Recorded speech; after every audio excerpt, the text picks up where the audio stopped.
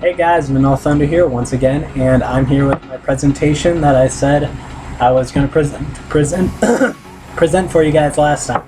And this one's going to be more for a speech class, so it's going to be a little different in this video than it would be in my presentation.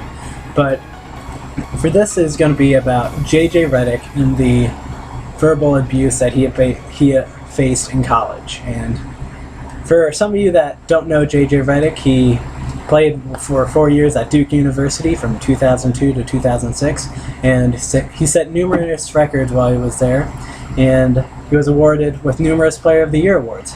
And some of the records that he set was the most career threes with 457. That was recently broken by Oakland guard Travis Batter, and another record he set was he's the #1 scoring leader at Duke with 2,769 points, and he broke a 51-year ACC scoring record with that number of points, 2,769. And he was the 13th player to have his jersey, #4 jersey, retired at Duke. And you're probably wondering, why am I saying this? What you're listening to is a determination of a player, determination and success of a player while he was facing verbal abuse. Everyone has had someone or something that knocks them down when they're trying to achieve a goal. And what I hope that you get out of this is understanding that no matter what puts you down, you can always get up, back, and succeed like JJ Redick. Through all the abuse he faced, JJ Redick was still able to dominate the game of college basketball. And I will talk about the abuse he faced, why he was abused, and how he overcame the abuse. In an article written by New York Times writer Jerry Longman, he mentioned one example of abuse that JJ faced.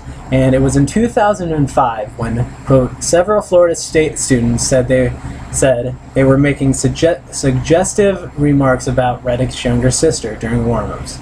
Basically, what that's saying is they were saying that they had sex with JJ's sister, which is pretty sick considering she was 12 at the time.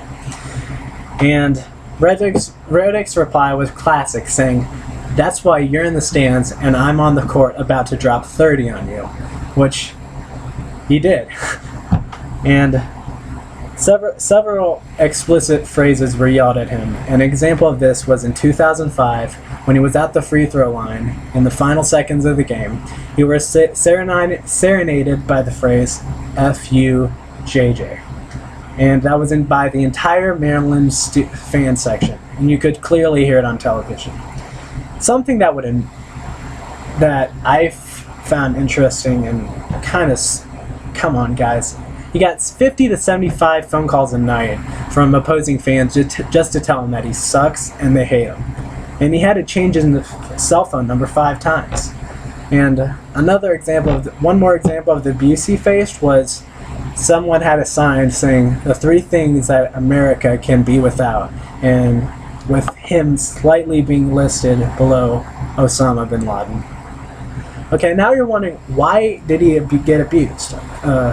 JJ Redick's former teammates Lee Melchioni stated in an interview with ESPN in an article written by Pat Forday, "He just looks like a regular fan," trying to explain the mentality behind the abuse. "He's a 6'4" white guy and he's a shooter. Anybody can go in the backyard and shoot it.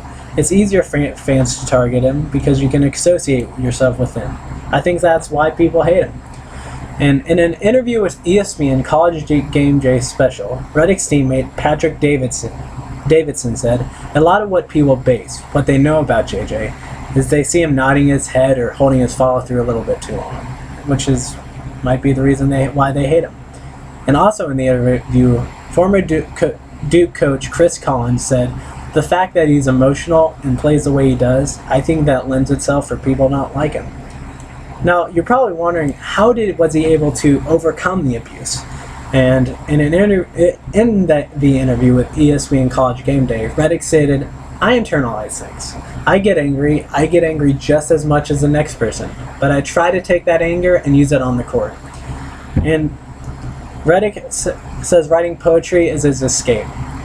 In that interview with College Game Day, interviewer Bob Holtzman said that the poetry provides Redick momentary peace and quiet, allowing him to clear his mind of all those voices before he hits the road once again.